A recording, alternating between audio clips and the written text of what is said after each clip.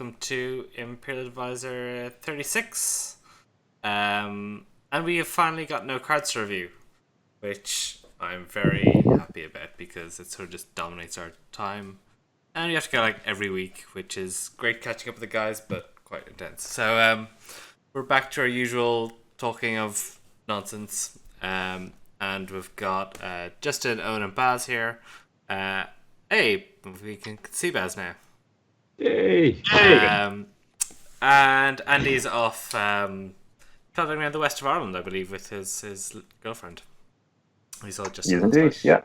Saw him last night. He was in great form. He said to say hello to everybody, and that he completely stands by his tier ranking for the first elemental cycle. You're all fools. No one approaches his genius. He said to say those words specifically. Here first. Yeah, absolutely. So yeah, and Andy ranked Lion, I think, as the new, like, kind of worst tier clan. Admittedly, including 2-packs that weren't present at GenCon, but they're a big 2-packs. They're a big 2-packs. Yeah. All right. So yeah, we plan for today is to discuss a bit of the GenCon results. Then we might just get into a little bit about the restricted list and kind of how that's working, some of the other announcements that came out from GenCon, and sort of where we sit, and then some of the other just sort of news stories that we haven't really covered because we've been so engrossed in various elemental packs, like the elemental events coming up, and whatever else we happen to stumble into along the way. So let's dive into some GenCon results. So we had Anil, Mind's Desire, taking it. So he's kind of on a pretty impressive streak of victories at the moment, and he won over Travis, which I think was a repeat of the final from Houston, if I'm correct. Travis Fights Dragons. Yeah. And yeah, I guess there was some other kind of interesting results in there as well. We saw Lion doing really well, Phoenix really strong, and Crane as well. There was 4 Crane in the top 16, and I guess notable from that is that Crab and Scorpion not as strong a showing as we've kind of come to expect from the last few results. So do we think this is a rebalancing of the meta, Baz? Do you think it's just there are some kind of individual strong players in certain factions? You know, there was only 2 Dragon in the top 5, but Anil saw it all the way through. What are your thoughts? Yeah, it's certainly an interesting one. But I mean, it's not just one player. You're seeing 2 players at least of most of those factions that you're calling out. So yeah, you're seeing Dragon, you're seeing Lion, you're seeing Phoenix, and like Crane don't have as much of a showing on this top 16, but they had an incredible showing onto the day 2. So that's the top 33. Yeah, it's completely different to what we were used to like a tournament or 2 ago. So that's good, I guess. Like, the new injection of cards is always going to be a good thing. This feels a little better, I guess. I mean, obviously I'm happy to see a Dragon player on top. But yeah, there certainly has been a shift. Now, you have to remember that we still are missing the 2-packs, and even once we get all 6 packs, and you know, we go into Worlds, and maybe the Scorpion clan pack will be there as well. There's always a settling in period. The players need to kind of explore what's there, get used to the options, practice against the matchups, and you know, you've got like another month or so of kind of shaking out before you really get an idea. But it's fresh, it's interesting, and it's new, and it's all about Hawk Tattoo. Mm-hmm. So I think there was some comments on the number of decks running in Hawk Tattoo. Yeah, people have been trying to count the numbers. So far, like, we've been trying to compile the top 16 deck lists. I think we've got about 10 so far, and of those, 3 of them aren't running Hawk Tattoo. It looks like the splash of choice is 2 Hawk Tattoo, 2 Let Go, which was favored for ages, and interestingly enough, 2 Ancient Master. You're seeing the Ancient Master pop up not to fetch the Hawk Tattoos, as some people initially think, but for that 2 Glory and to lock in the favor, so your Censures become active.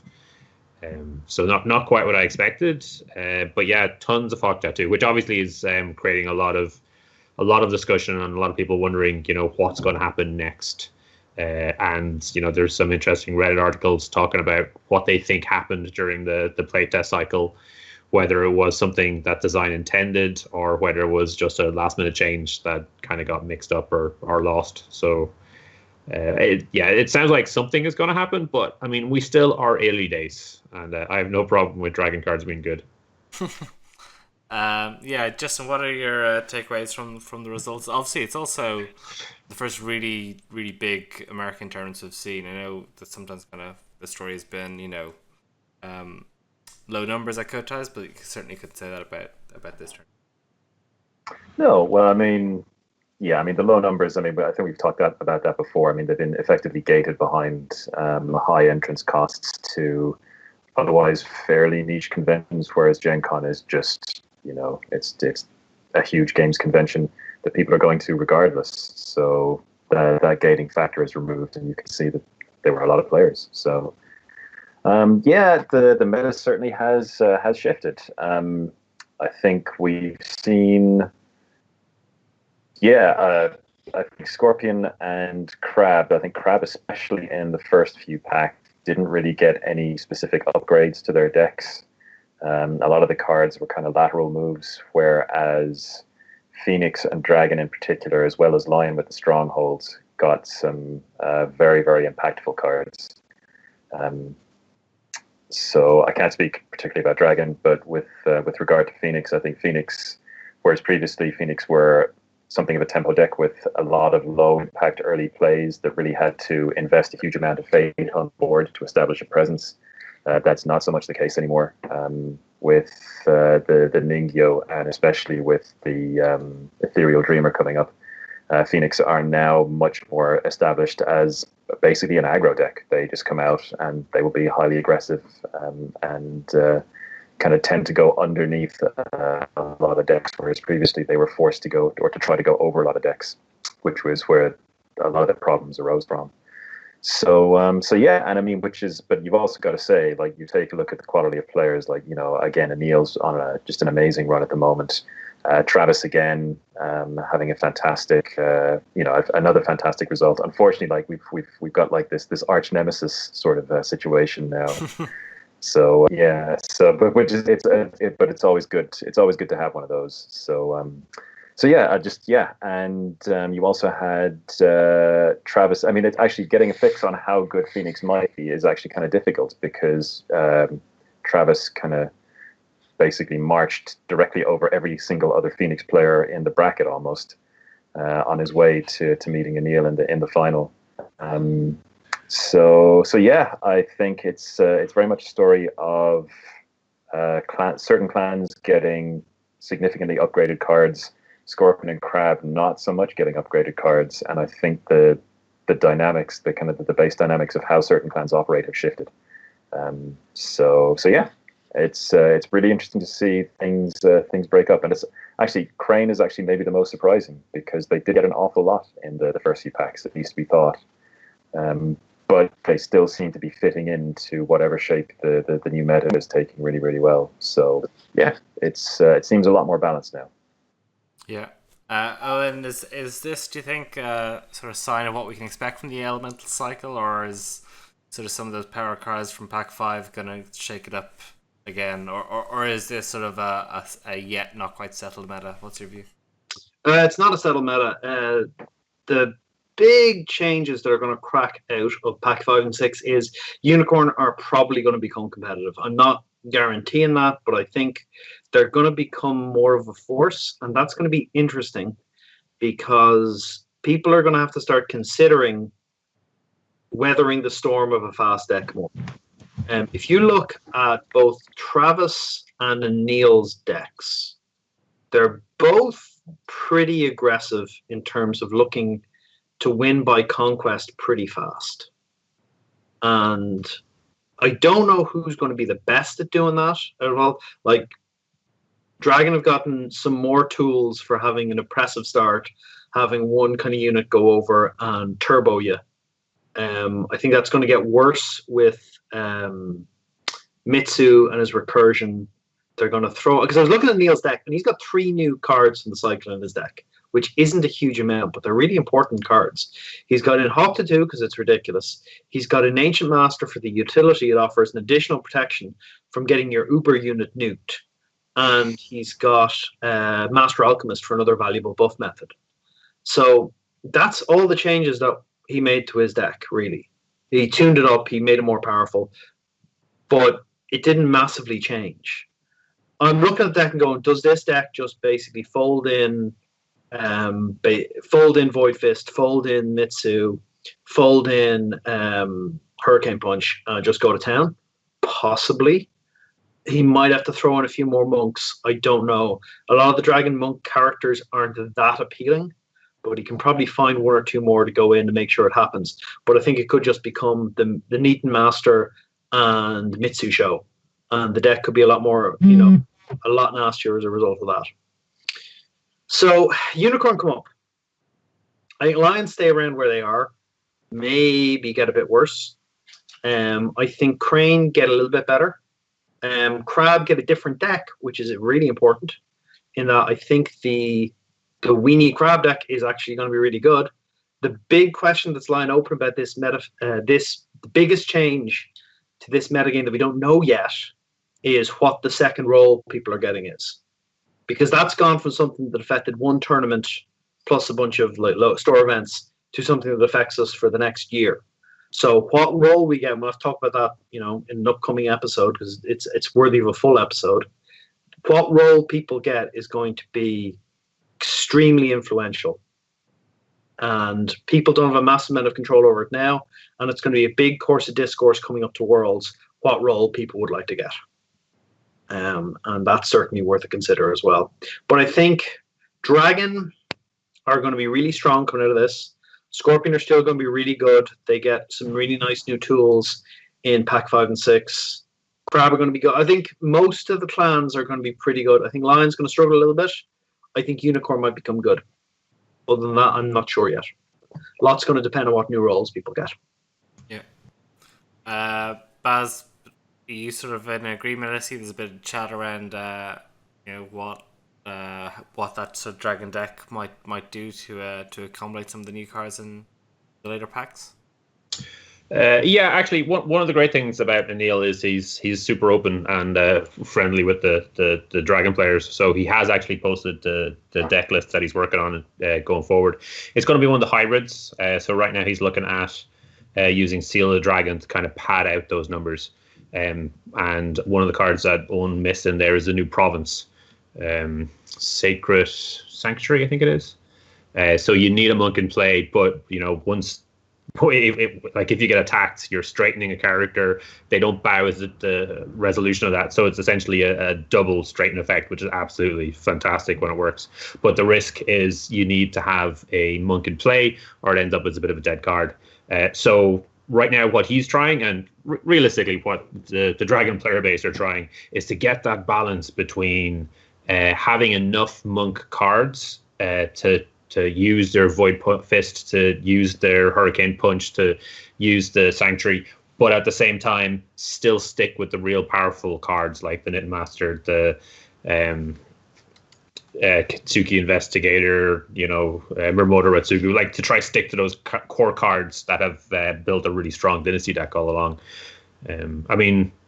We are going into the cycle where we're going to be really, really having to test hard to see what happens for Worlds, because obviously that's the big one. But yeah, as Owen says, the whichever roles we get coming up to that will be the role we'll still have after that. So Dragon are going to be losing Seeker of Fire, which is going to be a big deal for the strength of the province row. But hopefully they'll be able to even that out. Even a keeper role instead could be pretty stonking. It would mean they could use the Unicorn Splash and Talisman, and all of a sudden, every province that you attack into is going to be a restoration of balance, because you've got no control over it unless you're playing the Let Goes along with all the rest. Yeah. So for people looking, there's a lot of chat around Decklist and stuff. So On the article, those deck lists that we have been essentially sort of published or shared are kind of all linked through. So, and I know Baz, you're pretty good about updating that as more stuff comes through. So if you're looking for stuff, just follow the links at the bottom of the GenCon article.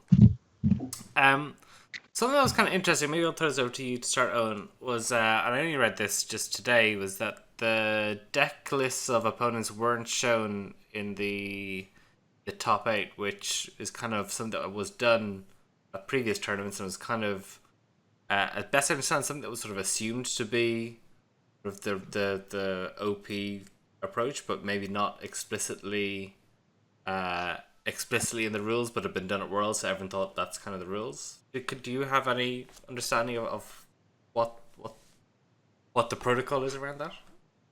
Well, it was in the rules at Worlds, and then the first event we went to, as I recall, we got told, "Oh yeah, and do the decklist thing," and we're like, "Okay, yeah, no problem."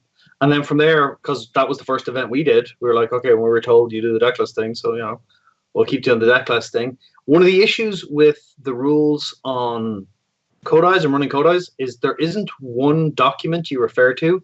You go through a series of web pages looking up, okay, where's the prize support? Cool, it's on that page. Where's the tournament regulations? Oh, they're on this PDF, So, yeah, we were told you do it that way, and we did it that way. And then, are they technically in the rules? Apparently not. But, yeah, we were told, and, that's why we did it that way. It doesn't make a huge amount of sense to do it at Worlds and not do it at the Codice. If we're going to not do it, let's not do it. And if we are going to do it, let's do it. I don't think there's this is a higher rate. This is a higher level tournament, so we should definitely do this. It's like that's not how this should work. It should be relatively consistent. It shouldn't be this is because it's a big stylistic choice in tournaments to do that, and it doesn't make sense to do it at Worlds and not do it at Codice. I can't think of a reason. I see Travis in chat is saying that Nate said it was because there was no stream that they didn't share it. So it seems policy is if decks are being shared because of a stream, then they should be shared with everyone in top 8. Justin, what are your thoughts on sharing versus not sharing? It seems a little strange that a stream has that's pretty quite a powerful impact on turns being run and sort of decks you might bring. I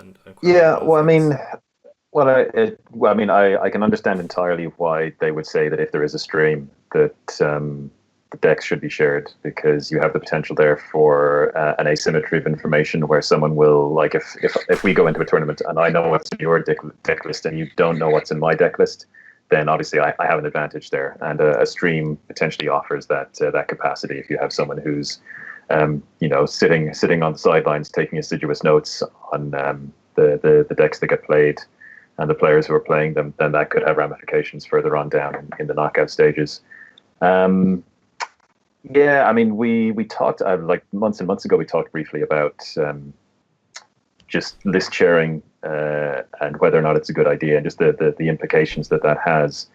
I don't know. It seems to me that if deck lists are going to be shared, if there is a stream, then you should probably just do deck list sharing all the time.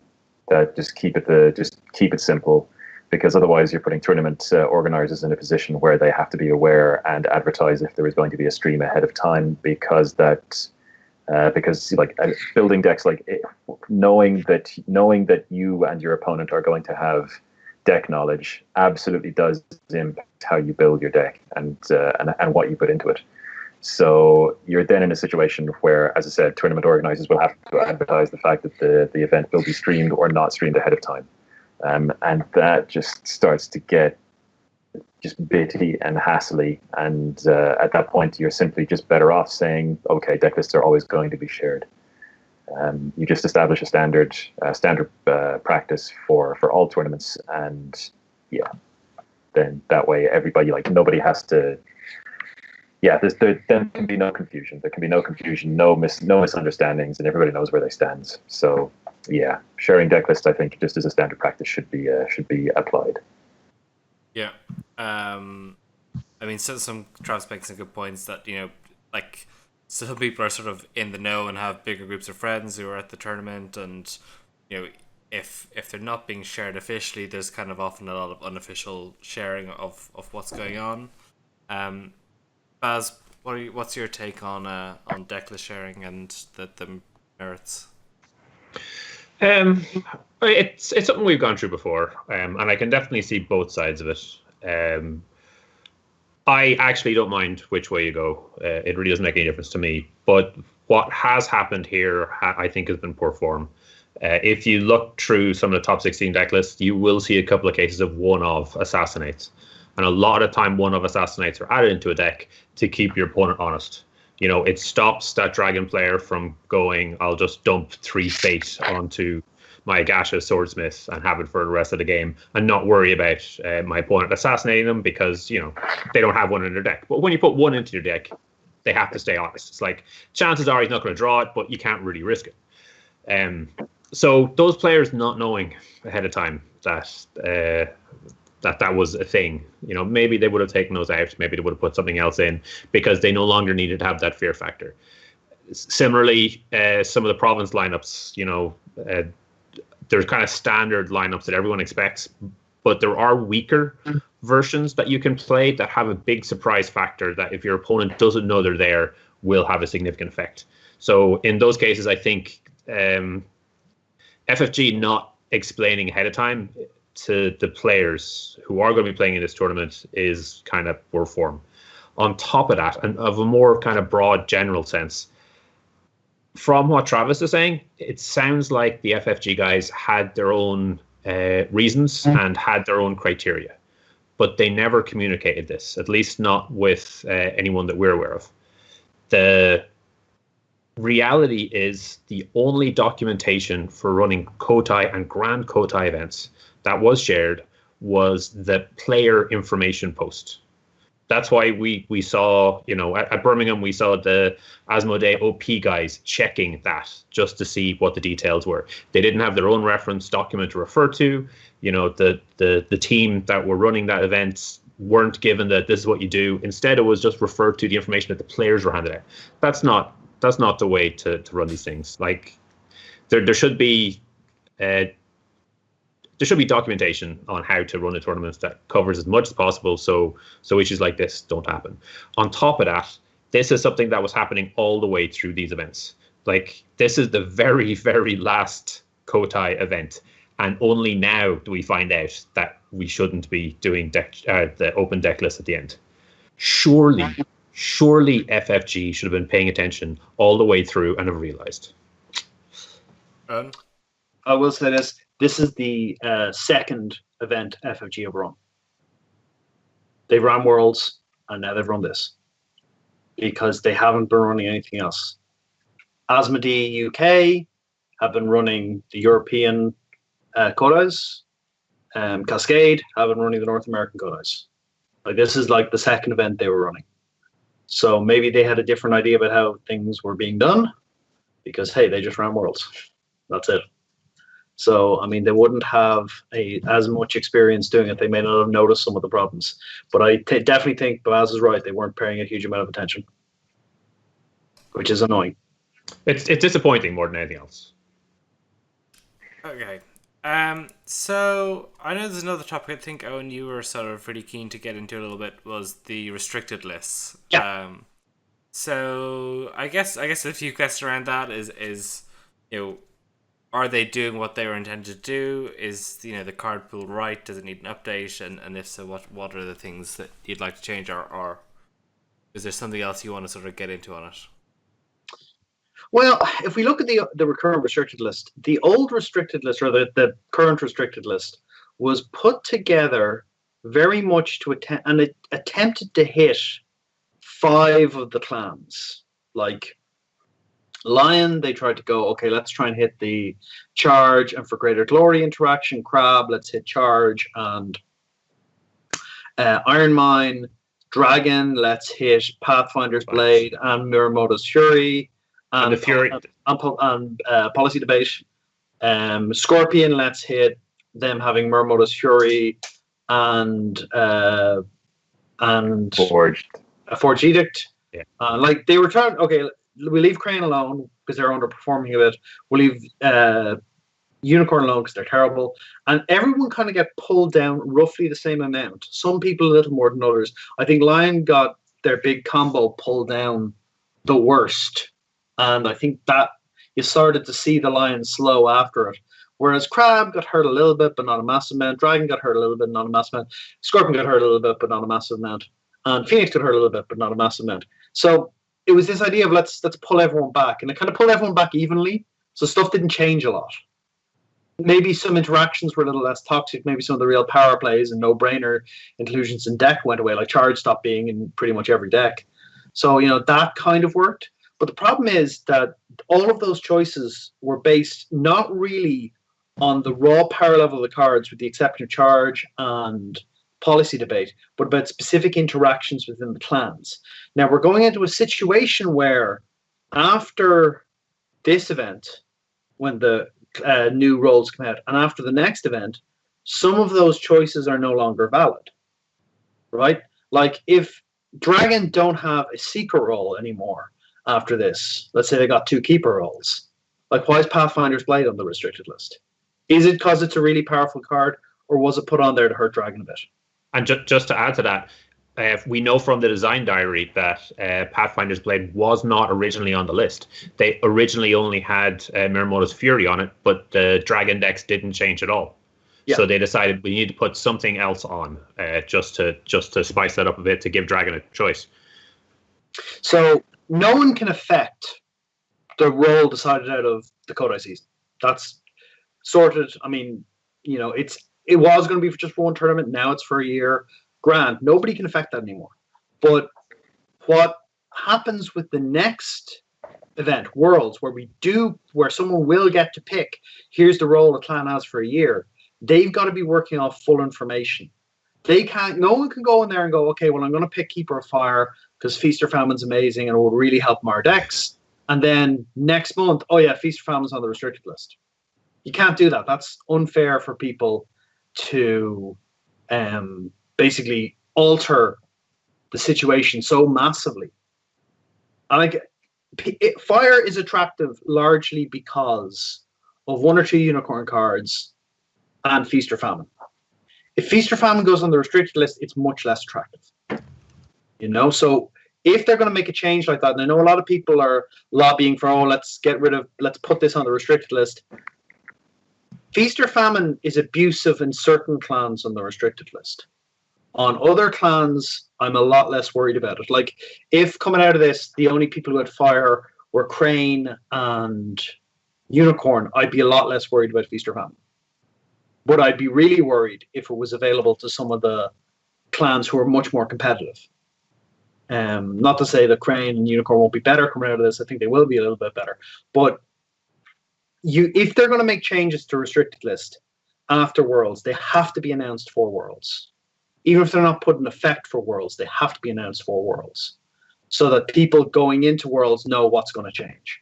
It's in the same as them telling people at Worlds last year, here are the Seeker and Keeper only cards, and here are the Element only provinces before you pick. So you're making it with some amount of knowledge of the upcoming year's format. So that's definitely what needs to happen. And what cards go on it? I mean, they have to look at the philosophy of trying to pull everyone back a little bit. They have to look at who needs to be pulled back more and who needs to be pulled back less. And also feed that into the design cycle. Because if you're making changes now, there's cards that are probably already designed and have been sent to be printed, which they have to account for as well. And that's very difficult. It's very, very difficult. And they need to be willing to amend the restricted list reasonably quickly. But at the same time, they have to warn people before they do it. This is the problem with the roles thing, is that people make choices based on the current card pool, and then you alter that card pool, and you can make a choice much less valid. So yeah, it's difficult, but they definitely need to announce any changes to the restricted list prior to Worlds. So when people are making a choice about like you could be in a situation where you got a crappy roll out of GenCon, and you do moderately well after Worlds. If you pick the wrong role, you're kind of dooming your clan. Like, people could live with having 2 Seeker roles, probably. People will be happy with a Seeker and a Keeper role. But if you get into a situation where you have 2 Keeper roles, your clan's in a lot of trouble immediately. Okay. Justin, what's your take on the sort of state of the restricted list at the moment and where it needs to go? Yeah, I can pretty much. I mean, I would echo an awful lot of what Owen said. The restricted list, I think we initially hoped that it would be a balancing mechanism for the clans, but it didn't work out that way. It was essentially a means of straining out a lot of overpowered interactions from the game in general, and just bringing down the power level of the game in total.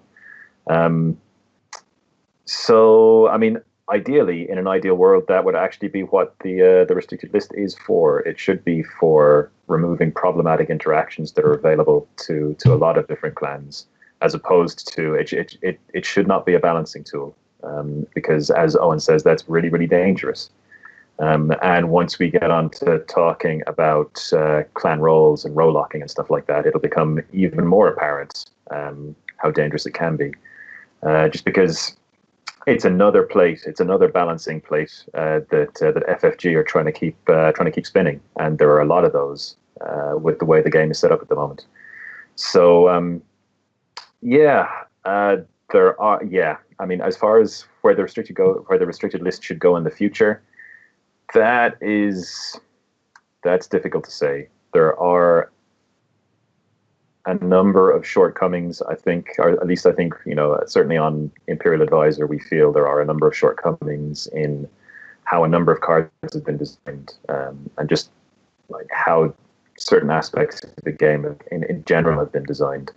That things like the restricted list are actually kind of important for managing, until those things can be dealt with just by adding more cards to the environment.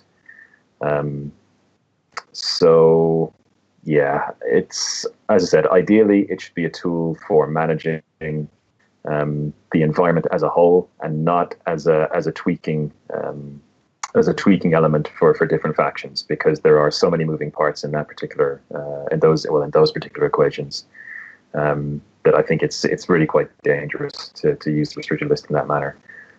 So yeah, we'll just have to see where it goes in the near future. It's there's a lot. I mean, it's also worth bearing in mind that we're still very much. I mean, with the way that they're overhauling how roles are assigned to clans now, and with many different ways of getting roles for clans, like one every 8 months, which means a change in environment once every 4 months. I mean, we are entering a completely new era, a new phase of how Five Rings is organized, designed, and played. So it's going to be a continual feeling out process. For the foreseeable future. So, while we can sit here and criticize, it's also important, I think, to keep an open mind and reserve judgment a little bit, because it is a new game. They're doing a lot of different things. Well, they're doing a lot of things that other games haven't done before, and mistakes are going to be made. They always are. So. And then, so Baz, maybe just right to you. There's a little bit talking to about like what is the right timing. Should this be something done before Worlds? Do you think you'd like to see Worlds kind of happen and then review it? Because, like as I just said, there's not a lot of tournaments between now and Worlds, if any. Nope. So we're kind of going to have a period where we're not getting a lot of these sort of publicly known sort of competitive results. Yeah, so I mean, I definitely see where Owen is coming from, but personally, I think they should let Worlds happen, and then after Worlds, then try to consider exactly how they want to kind of balance the environment and make those adjustments. When the original restricted list came out, I had just finished writing up an article that you can find on the website called "Adjusting the Environment," where I concluded there's no need for a restricted list, and then literally 2 days later. Before I even got a chance to post the article, they had popped up the restricted list. But in there, I talk about how the approach they've taken is largely a shotgun approach, because as Justin was saying, that they were looking at interactions that they felt were overly strong or were problematic, and when they were doing that, they essentially were affecting all clans across the board. So, they knew they wanted to try tackle that dominant Scorpion deck. And in so doing, they hit a bunch of other clans at the same time, just because that's the nature of it. There's a lot of really powerful cards in there. I'm sure everyone is in a similar situation to what I am at the moment, where when you're trying to put together your deck, it is really, really tight. Like, just with this new cycle, especially when you look through the cycle, and again, it's easy for us to criticize, but the designing is really hard work, and I get why there are a few duds in this set. But once you discount those, you're picking out some really powerful cards. You're adding them to what were your options already for the deck, and you don't have enough room. Like, the cards we're having to cut are ridiculously strong cards, which means there's a very tight number of options in decks at the moment. The card pool, although it expands, it contracts for competitive players because they're only really interested in those powerful ones. What the restricted list did the last time was take that kind of top 5% and slice them off, force people to make decisions over whether they're going to be playing Charge or Policy Debate, Forge Edict, like these really powerful cards. And, it worked to an extent because cards have drifted away. You really only see Charge in Lion or Unicorn these days. Policy Debate maybe pops up in Crane, if anywhere. So it has kind of taken a sting out of those, and to an extent opened up more options, because you couldn't go through all of those cards and just cram them into a deck like we were before. You're having to look for extra stuff. But as the card pool expands, we're back into that situation. And they can't keep using the restricted lists to just, shotgun the top 5% of cards to open up card pool diversity. That's not going to work. They definitely need to reconsider and kind of take a different approach to it. The role decision thing is interesting. I know we'll get into it more, but for the restricted lists, if someone picks a card and it gets on a restricted list, it is a big impact. But that whole decision has kind of been a little bit deflated with the additional roles and the fact that they'll be changing so fast. I'm not sure what I think design should do. I previously did propose the idea of a multi-tiered restricted list, like they've done in a bunch of other games. So instead of all of these cards, you have to pick one. They've got more expansive groups, and you pick one from this group and one from that group. And again, kind of part of the idea is to prevent the card interactions, but it has less of a shotgun approach because it tends to be a little bit more targeted. That said, I mean, is there a problem?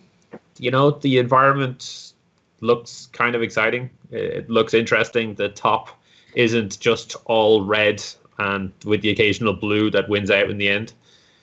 Maybe designers are doing okay. I mean, the real question here is whether something needs to happen with Hawk Tattoo. Does that need to go on the restricted list? Or is the problem Let Go? Is Let Go so important a card and ubiquitous that any second good card will just automatically get splashed with it? Does Let Go need to go on that list instead, and how does that change things? Or can we just keep restricting all the dragon cards until people stop stopping splashing dragon? Justin, you were shaking your head during that. Just suggesting that Let Go is the problem is I don't think Let Go is the problem. I think the absence of readily available attachment control is the problem. It's just that Let Go happens to be in Dragon, and it happens to be the most efficient card in the game for dealing with attachments. And I mean, that in itself, it's not even a straight matter of saying this particular card is overpowered. I mean, you can see the value of attachments has changed quite significantly over the history of the game. Like when you have been in the meta that we were in during the Imperial cycle, which was effectively buy one big guy, put as much fate on them as possible, and then just tower them with a huge number of attachments. Especially in Crab, where the guys will never ever leave play for the rest of the game, then attachments become incredibly powerful and arguably even overpowered. And in those situations, you absolutely have to have efficient attachment removal to try and combat that. But if you're in a position where if you're in a metagame where buying big characters and putting lots of fate on them is actually a really, really bad idea, the value of attachments goes down significantly because they're on the table for a turn, or maybe 2 turns at the absolute tops. So it's not just a really simple matter of saying like let go is busted, but attachment control in general is something that's required and something that should be available to all clans. The fact is that it's bunkered into the Dragon clan, which means that if you want to deal with attachments in an environment where attachments are hugely valuable, then you are forced to go to Dragon to do that. And then that means you are also picking up the next best card, which has been Miramoto's Fury, which was Miramoto's Fury, then was Tattooed Wanderer, and is now Hawk Tattoo and Hurricane Punch for those clans that can play it. So it's not that simple. It's not as simple as saying let go is a problem card. Like there's a huge kind of environment or set of environmental conditions that surround the fact that let go is so powerful. But honestly, just if there was a card that was just slightly worse than let go, that was destroy an attachment to lose 1 honor, and it was a neutral card, then that would probably solve the Dragon Splash problem, because then every clan would have access to a slightly worse card, not so much worse that you were getting absolutely ripped off and were maybe still compelled to run Dragon, but you can run this, and then you can actually go to a different clan and start making use of different splashes. It's just that controlling attachments in the current environment is so important for certain clans and for certain builds that Dragon is just you don't have any options. You have to run Dragon. So that's it. I mean, it's just the answer is just to make a card that destroys attachments that is available to all clans, neutral splash, make it slightly worse than let go, and then the Dragon problem goes away. Eoin, do you want to jump in on that? Yeah, I'm thinking about the whole thing, and let go's too cheap for what it does. It's too efficient. It's basically because it's free. Yeah. And there's no play requirements, no restrictions. Just pop off that attachment. And the bigger problem is no one's playing the 2-cost attachments because everyone's playing let go, and everyone's playing let go because they want to deal with stuff like primarily Cloud the Mind. Everyone's putting in an answer to Cloud the Mind, going, I need an answer to Cloud the Mind. Let go is the most efficient answer, and it works on all this other stuff as well. Everyone's going, okay, well, we won't play the 2-cost attachments. This problem was kind of spotted in the core set when, at the last minute or in the late stage of beta, they changed what Maya Mystic did. Maya Mystic went through 2 other versions in beta, because we've seen 2 other versions of Maya Mystic from beta, either in the original previews or the later ones, where they moved attachments around or they bounced an attachment back to the opponent's hand, and they settled on a much less powerful version of Maya Mystic. And Maya Mystic sees very little play. And it still does, though. It still does. It still sees some play, even as bad as it is. That should have been the warning sign to go, okay, we need to print another safety valve on attachments at some stage which isn't clan restricted or isn't clan limited. And they should have taken a look at the power of let go at that stage, because let go establishes far too efficient. Effectively, that's the most powerful attachment meta card you can ever print. And printing another one, a worse version of let go, should have been done at some stage that wasn't clan locked or was in a different clan or whatever. You've got dealing with things, you got Calling in Favors, which is expensive. You've got Karada District, which is really powerful but random and has a significant fate swing on it. You've got My Mystic, who sees very little play but does see some play on the strength of being, actually sees a lot of play, actually, despite being bad. Yeah, yes, despite being bad, which is maybe the real point. That despite My Mystic being bad, it still sees an awful lot of play because controlling attachments is that important. Yeah, and let go's too efficient, right? That's immediately should be okay. Let go's too efficient. Something should be done about let go. I don't think putting on the restricted list is the right way to handle it. I think you have to look at, do we need to errata this, or do we need to print a different version and ban let go? That's kind of your 2 options. But you need to take a look at let go in terms of setting a ceiling of power on certain things. And that's going to be something they're going to have to go look at going forward.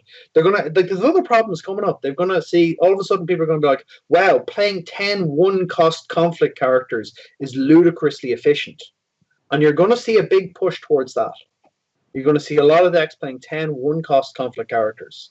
And we'll have to have a conversation about that at some point as well. Like, they've got problems coming down the track in terms of what, because people weren't able to do that really before this cycle. Or not many people were able to do that. And they're going to be able to do it after this cycle.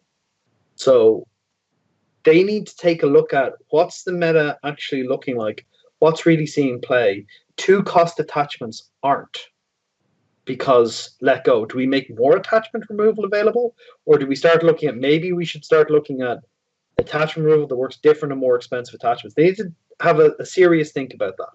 Because it's a problem. Because, I mean, I see a lot of my 2-cost attachments and I go, wow, I'd really like to play this.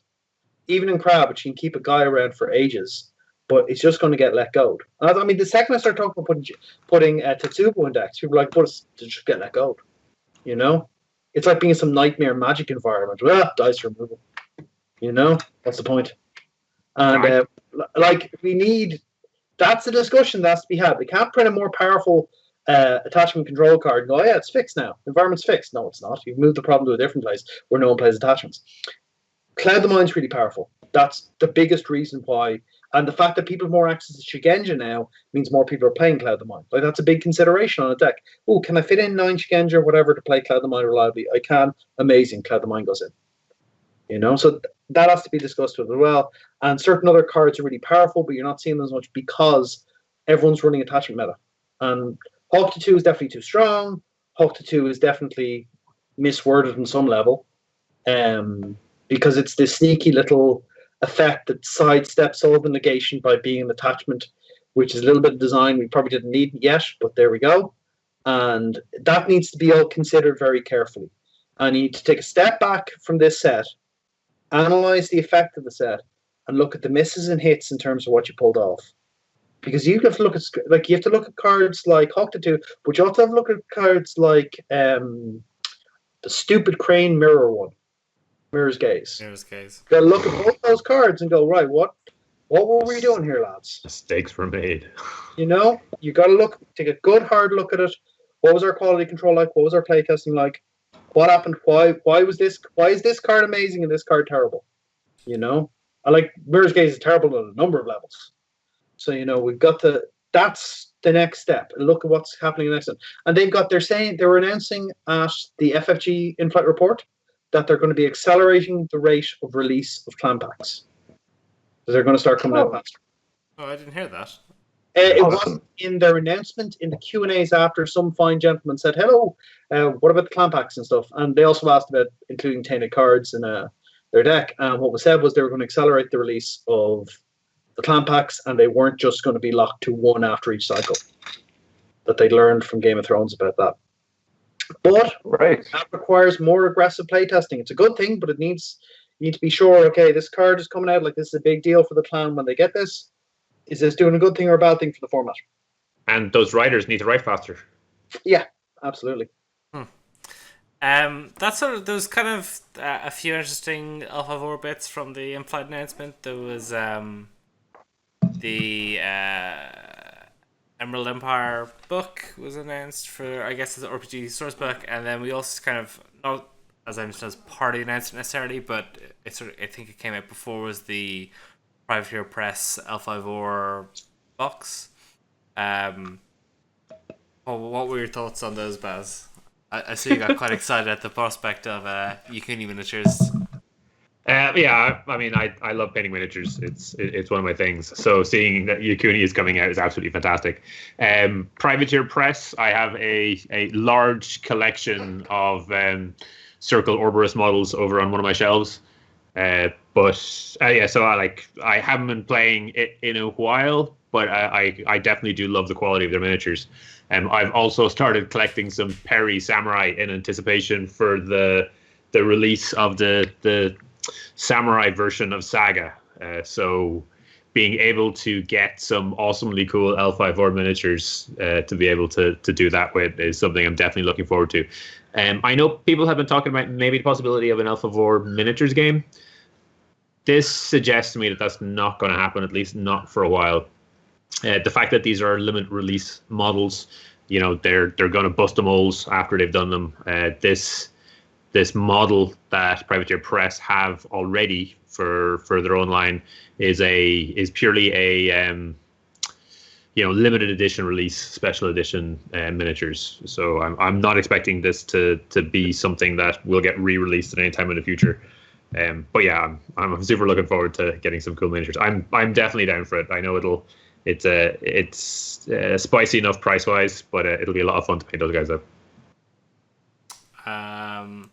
Yeah, and I guess sort of the corollary to that is where do we think L5R is kind of sitting? I guess when you're on from the launch, we know FFG kind of has a bit of history of jumping from the new shiny thing and pushing that really hard, and potentially sort of neglecting the thing that has sold and is kind of in more of a sort of ongoing mode.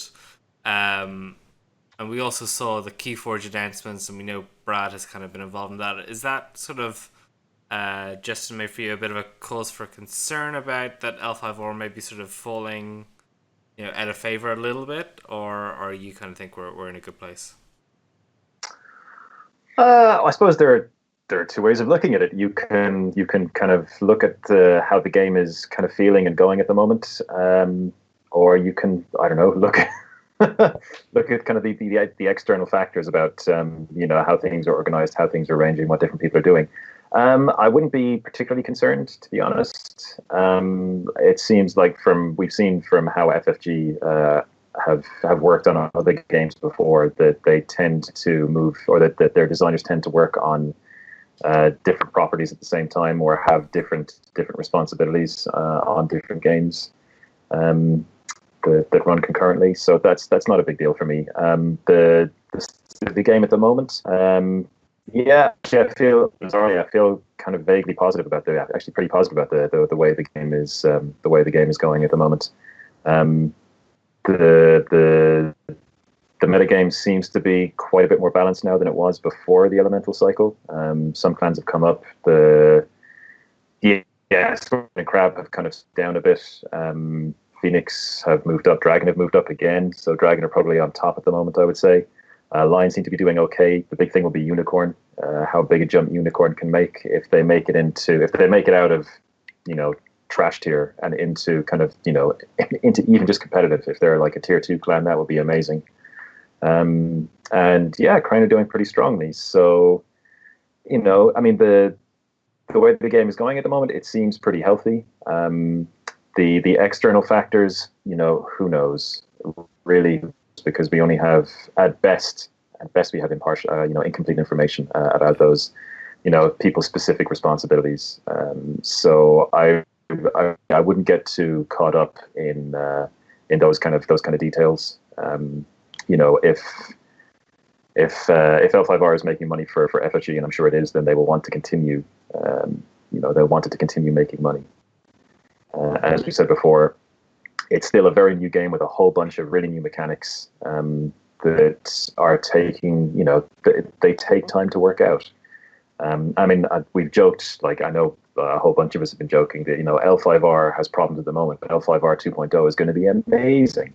Because, but the thing is, it has every chance of being amazing, because the problems the game has at the moment are misconceptions on how certain dynamics work, or how the economy works. Like that's what led to Scorpion being so powerful, is that the pass first economy was hugely powerful. There were a whole bunch of cards that could have been better designed, that have had fairly significant impacts, or that do have significant overpowered impacts on the board when they come into play. But the core mechanics of the game are absolutely fantastic. I don't know how you could really improve the absolute core mechanical identity of Five Rings as it stands at the moment. The cards are actually the easy part. So while the game definitely has some issues at the moment, but nothing too overwhelming. Once those get resolved, then the game has every chance of just being truly, truly stunning. So, it's why we while we do sit here and complain quite a bit, it's always worth keeping an eye on the kind of the longer term prospects of the game. So yeah, I don't know. As I said, I feel really quite positive about how the game is developing at the moment. So yeah, we'll just have to see how things continue. Yeah, and Owen, I guess, any other take on that? I know just another little tidbit that sort of happened during the pack releases was Asmodee was purchased and Christian Peterson stepped down as CEO. Yeah, which is kind of unusual guy. Yeah, like anyone who refers to his line of games as the Peterson pipeline has got a particular sense of humor. So I mean, he apparently had a really strong personality and very much in charge of FFG. The whole thing held in his iron grip. So it'll be interesting to see what happens. I think Steve Horvath is being put in charge of the game development and design wing of Asmodee and North America, and a different guy is getting put in charge of distribution for Asmodee North America. So hopefully dividing it to two companies will improve their pipeline issues. And Steve Horvath has always been a big L5R guy, right? He's a friend of the L5R player. Yeah. Big fan of it. Led one of the last ever bonsais at the relaunch at GenCon last year. He's just a super all-round guy anyway. He's lovely. Genuinely lovely. And we're pretty sure he was the one who led FFG getting L5R in the first place. Yep. So hopefully there will be a bit of a hang on, let's make sure that these core game lines that we want to promote for a while are core game lines. Like, because it would be interesting to me if Privateer had asked about licensing L5R, because they did license it for this 7 mini run, and that mini line could be like, on one level it depends who comes out. They've said that the two of the characters being released are Yakuni and a Naga Scout. Now, if I had to guess who else is going to come out, I would be guessing characters that Brian Snoddy or Matthew Wilson illustrated are going to feature heavily. So I'd say explain that link, which is kind of cool. So Brian Snoddy and Matthew D. Wilson were artists in old L5R, and they did a lot of very evocative art for some of the premium characters in the old iteration of the Clan War. So if I were guessing, like, for example, Matthew Wilson did Kachiko, he did Kasada, he did Yakuni, he did Hitomi, and Brian Snoddy did Matsusuko, he did Hidoushi, he did like a couple other like really cool characters. That might be the list. I think the list is going to be I think Suko's going to be done. I think Hidoushi's going to be done because one of the silhouettes is a girl with a big hammer, so that's probably Ushi. I'd say Kachiko will probably get done. Komoko might get done because Matthew D. Wilson did Komoko Experienced. So you might see some of the big here's 7 characters, and if they go, okay, the interest on that was pretty good. There's probably money for a skirmish line or a skirmish game here. Let's do a skirmish game, and we'll do those characters again. Those will be premium alt sculpts that some people have, and that could be what happens with it. Because if you look at Yakuni's art, I think it's very like Yakuni, the model is very like one of the Yakunis. I think Yakuni Experienced or something. And that's them going, oh, so there's definitely interest from outside L4 people who'd like to get in, because Privateer have got a lot going on at the moment. They've got their skirmish line, they've got Monster Apocalypse they're relaunching, but they're doing something like this. I think they're testing the waters. They're looking to say, is there an appetite for this here, or is there a different type of appetite for the game? Am I right in thinking the guy who founded Privateer had been involved in for AG? Oh, that is the founder, right? Yeah, he was Matthew D. Wilson and Snoddy were both founding in Privateer, and they were both artists in thing. I mean, actually, Privateer were the outside pick bet I was betting on to buy L4. I thought the other, beyond FFG, the other company that might buy it was Privateer. because they had been so important in the creation of Elf of War. They might be like, oh, well, we could just buy it and then do our own line. I could have seen that happen. The only reason I thought it wouldn't happen was I thought that making a different fantasy skirmish line would be them competing against themselves. But, it's notable that like Matt Wilson wasn't just a guy who did art for it. Like some of the art concepts that he did came before they knew what they were doing. So Yukuni was drawn by Matt Wilson before anyone knew who Yukuni was. And I'm sure it's the same for some of the other characters it is. Right, so I guess one other topic that would be worth touching on before we wrap up is the elemental events.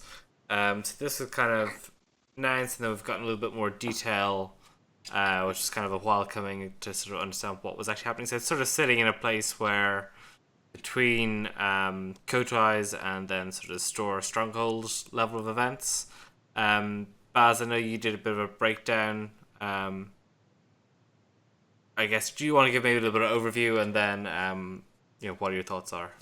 Yeah, sure. See if you can bring up that infographic thing. There's an image of the article there somewhere. Yeah. Just to put you on the spot. Essentially, they've added 2 new events. So you've got the elemental challenges, which are intended to be convention events. So one of the problems that we're having with some of the Kotai ended up being locked behind conventions. And look, that was bad, but having a presence at conventions is still good, and having some sort of event at conventions is still good. This looked like a bit of a compromise. So the elemental challenges are smaller scale events, so they can still have them behind conventions. But there's not such a great urgency that people need that they have to turn up. But it'll still give a bit of presence for Elf of War, which is cool. Obviously, there'll be kind of unique prizes throughout the entire elemental events, and people who manage to win an elemental challenge will get a bye in their first round of the elemental championships.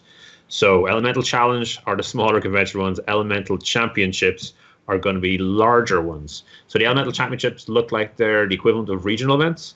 So they aren't going to be run by Cascade, Asmodee, FFG. They're actually going to be run by stores. So the different stores can apply for them. It looks like it's ballpark around 64 kind of people. So you're looking at what we're expecting, or what we've kind of expected to see Kotai events to be at, rather than Grand Kotai. So that's kind of the ballpark that they're going for.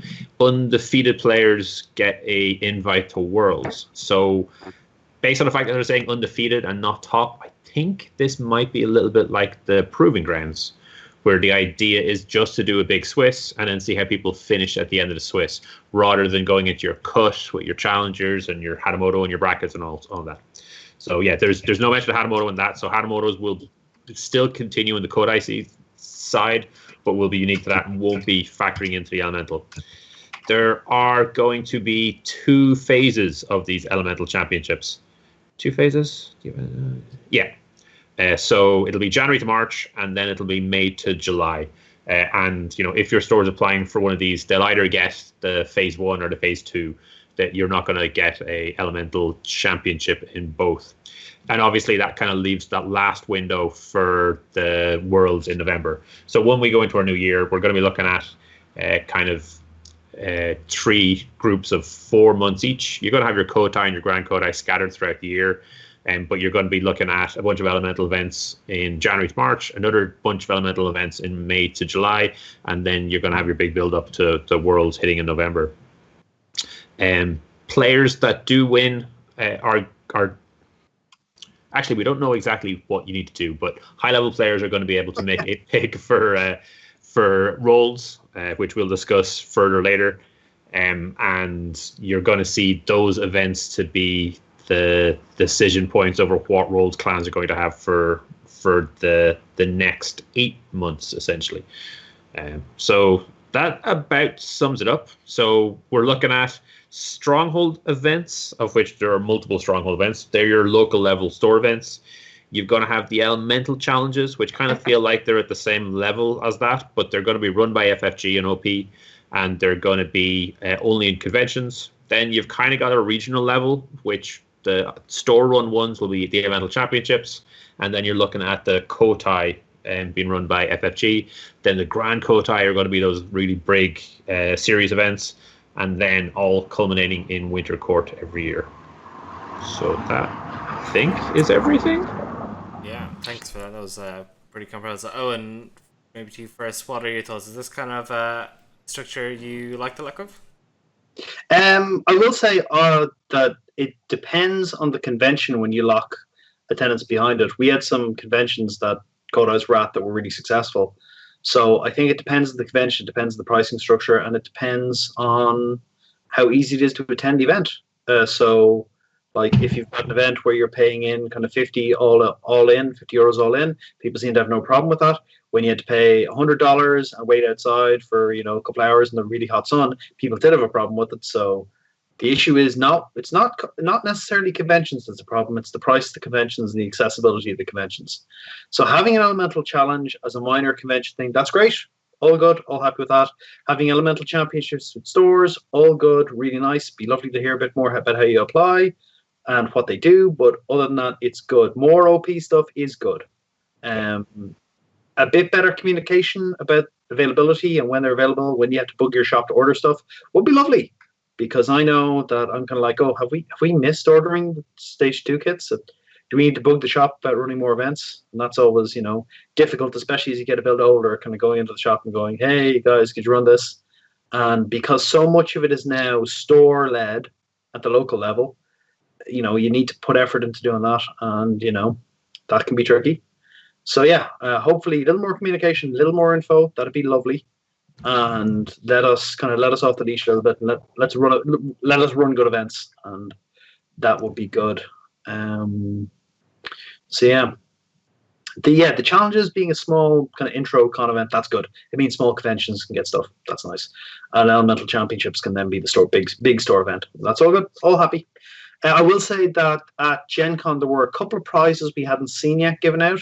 The Marauding Oni full bleed card was given out as a prize for participating in don't think it was the Elemental Challenge. I think it was some free play stuff. And there was a spot lost Imperial Favor card as well. Yeah, and it was Imperial teamed with Seppa Nishikawa on the military side and with the Historian on the political side, which is pretty cool. And Justin, maybe with you to wrap up the Elemental series, do you like this sort of structure? Do you think it's gonna help bridge that balance between what a Kotai is, what a store event is, and then the Grand Kotai is above that? I'm not sure it's going to necessarily do that. I don't think people are quite that discerning. I think people just want meaningful things to go and play at and participate in, and meet their fellow players at. And also get more full art cards and things like that to make their decks prettier. So no, I like as Owen was saying, like, it's more OP stuff. It's great. Now the fact that it appears that the winners or high placing players will get to effectively choose a elemental role for their clan at the end of all this is something that will warrant considerably more discussion when we get when we actually do our talk about roles and role locking and what role locking implies for the balance and direction of the game as a whole.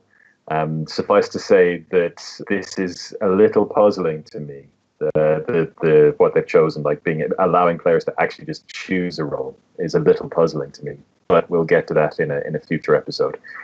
But that said, it's it's another event. It's got a very distinct identity from Kote's. So it allows players to get involved in something that has an absolutely huge impact on the direction of their clan for a period of 8 months.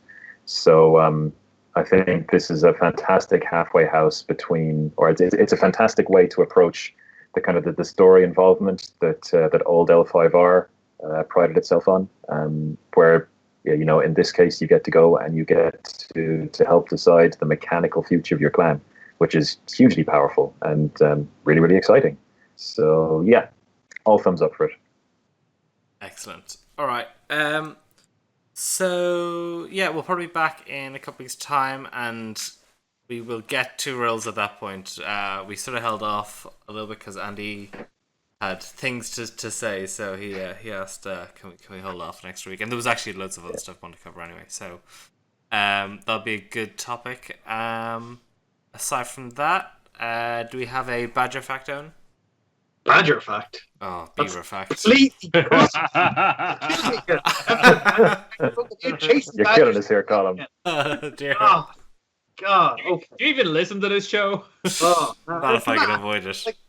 They'll give you a nasty nip, and frankly, the TB's an issue. But anyway, on the topic of beavers, beaver age can be determined by their layers in their teeth. Because they put on, basically, they grow so fast. You can actually, if you slice through a beaver teeth, you can actually see rings in it. So you can determine age by looking at the number of rings. Now, that is affected by the quality of their diet. So if they're eating a lot of hardwoods, they may appear older than if they're eating a lot of softwoods.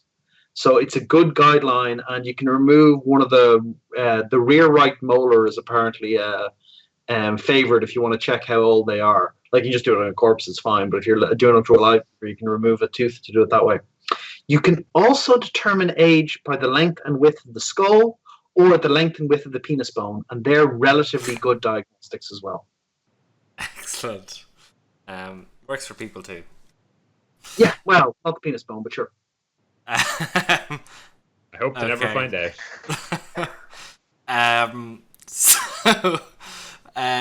So thanks to everyone. Thanks to all the people in chat. Thanks to Travis for dropping in, filling in on some of the GenCon stuff. Art of Warcast, check those guys out there in filling in on chat. To Ken and Dave and Blue Sapphire and all the usuals. And the Art of Warcast guys, I see they did something at GenCon with the Jade Troll podcast. So that's on my listening list. Cool. All right, and we'll be back in a couple of weeks. Thanks, guys. See you then. Bye. Hey, take it easy, everybody. Bye.